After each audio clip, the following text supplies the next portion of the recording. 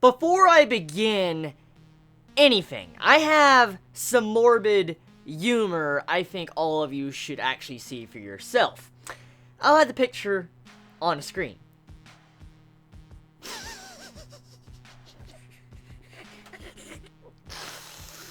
It's fucked up, yes, I know it's fucked up, but that's morbid humor. Still funny as fuck, but it's still sad too, because, let's face it, this episode wasn't really about the sister. This episode was about you and his path of destruction. Like, him going down this path of self-destruction where he was just destroying his body, destroying his lifestyle, living nowhere almost. I mean, just this episode was a you episode, and I know majority might look at this episode as if it should be wrapped around the sister, but it wasn't really wrapped around her. It was mainly giving characterization for you and giving him some development where he can grow up and mature as a character. And that's kind of what this entire episode was about. And before I even get into talking about the characterization, to the development, to the beautiful voice acting, and so many other things, I want to talk about some of the things I have neglected to talk about in the past couple episodes because I thought it was obvious, but I have noticed some haven't really realized that in the comments and stuff, so I just want to clarify right now. I will have a picture on the screen. In the opening song of Charlotte, you will see a clock, and you see these clocks moving. If anime has told us anything, especially when it comes to openings, to anything, like let's look at JoJo for instance, or anything like that, when there is a clock in the opening, it wraps around supernatural, and then there is a death, usually that means time is going to reverse. We're going to go back in time, and some events are going to be fixed. I mean, look, everybody has different abilities. There's different, people have different abilities, so what's stopping a person from having the ability to time travel? So there is a good possibility that the sister is not, in fact, dead completely. So I don't necessarily say that the sister is gone for good, and that's kind of why I'm willing to go out of my way and do a morbid joke, especially with, the pizza sauce thing. But regardless, even if she was or wasn't, I'd still do that because it's fucking hilarious. I mean, regardless of how sad and tragic it is.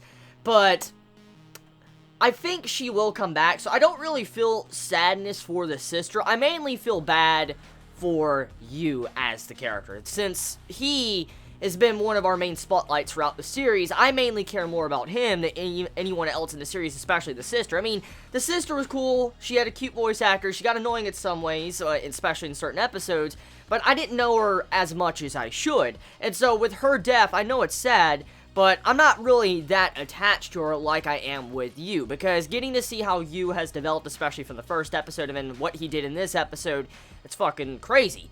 So, now that I've done the pre-prep work for what I really want to dive into, let's get into you. So, the episode starts off where you is in the hospital. He is in the hospital, and at first, he opens his eyes, and he doesn't even realize what's going on. Like, he's realizing, like, what happened? Where's my sister and all that? I mean, he gets told as soon as he wakes up that his sister is dead. And I mean, let's look at this in a realistic stance. If you were a brother, or an older sister, or, any family member, and you were in an accident, and you're trying to save your sibling, your family member, or whatever, and then they died in front of you almost, or you couldn't save them in time, and then you woke up in a hospital bed, and then you were told as soon as you woke up that they're gone, how would you personally feel? It would most likely devastate anyone. I mean, nobody can probably realize the pain that you experienced unless you've been in a similar circumstance, especially with what he did. I mean, if you were living by yourself, just with, like, a younger sibling, and you were kind of like the parent in the entire relationship, like you're watching over your sibling, you're kind of the parent, but, you spent time together all the time, and then one day, this sibling of yours dies, and you're left alone in this big house by yourself, I'm willing to bet majority of people might act in a similar self-destruction fashion, like what you displayed in this episode. Just eating ramen, sitting down in a fetal position, on his couch, watching shows in the middle of the dark. That was someone that was in a state of depression, and it was very obvious he was depressed, but some people that watch this might not realize that stuff happens all the time. If there is someone that dies unexpectedly, and you have this great attachment to someone, and they're just gone like that, a lot of people will get depressed. Some will get depressed to where they're devastated and they don't know what to do. And then in the act of not knowing how to cope with it, they will just continue to not care about their own selves. And that's the best way to describe this entire episode. You not giving a shit anymore about himself throughout this episode. Like, he really didn't. He was eating this bad food this entire episode. He was eating sweets. He was eating anything that really wasn't nutritional at all. And I mean, the way his lifestyle was, the way he lived and slept, it was definitely not the proper way for a student of his age. And then also how he kept picking fights and knew what he did when, you know, he went over the deep end and he was stabbing people, almost stabbed someone in the eyeball, and did all these other evil deeds throughout this episode. It was definitely showing he didn't give a shit anymore. He didn't care about himself, and of course he probably didn't care about anyone else at that time because of what he lost. He didn't know what to do. And the slow build-up to that ending was very beautiful, which I will save for the last part of this video because there's some things I do want to clarify and talk about. So, the voice actor, that's something I want to dive into before I get into anything else. The voice actor, I feel like, really gave some extra life to this episode. If it wasn't for the very superb voice acting from you, I don't think this episode would have been as good. I don't. Yes, everything else was really good too, the music, animation. If that wasn't there as well, this episode would have been nowhere near as good. But I just have to compliment the voice actor of you for the way he expressed such emotion with what he went through in his life. For instance, what he just went through in this episode, like the way he was laughing, to the way he was breaking down, the way he acted to like his ex-girlfriend almost, like he just rejected her. He's like, get the fuck out of here. I mean, the way he acted and the way he was doing throughout this entire episode with his voice, it definitely gave a life to the character I did not expect.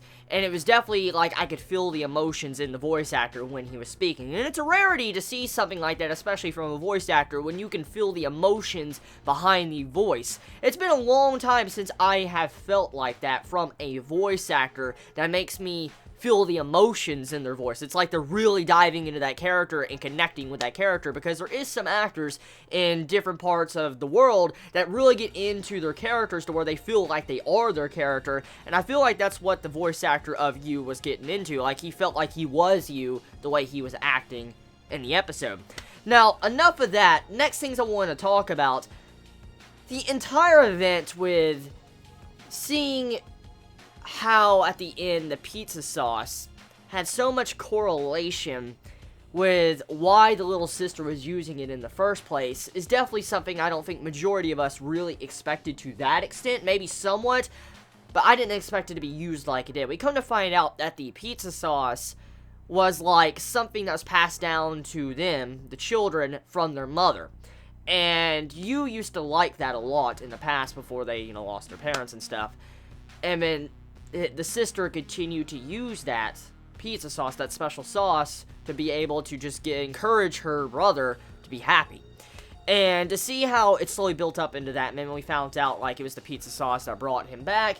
It's slightly cliche, but it was still well executed. Definitely a well executed scene in this episode. And I don't really have any real issues with this episode. I mean, the only issue I personally could say I have with this episode, and I think majority of us can most likely agree, is probably that the sister is not officially dead. Like, she'll probably come back because of, if we think about previous key works and stuff, usually when it comes to these type of works, there's some form of time travel or some form of reversal of events, and so I'm kind of skeptical. I really am, and I'm not going to even try to deny that.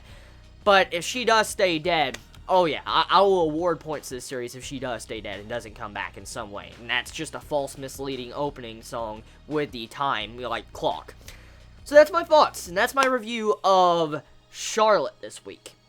If you've yet to start the series, or you've yet to watch this series, and you're still watching this video for some reason, even though you're spoiling yourself, go start it. It's a fucking good series. It's really good. And I mean, if you did not hear my earlier reviews a couple weeks ago, if you did not know, the voice actor of you is the same voice actor that did Meruem from Hunter x Hunter. If you did not know. So, yeah, food for thought there. You all have a wonderful day or night wherever you live. Please be safe. Chibi out.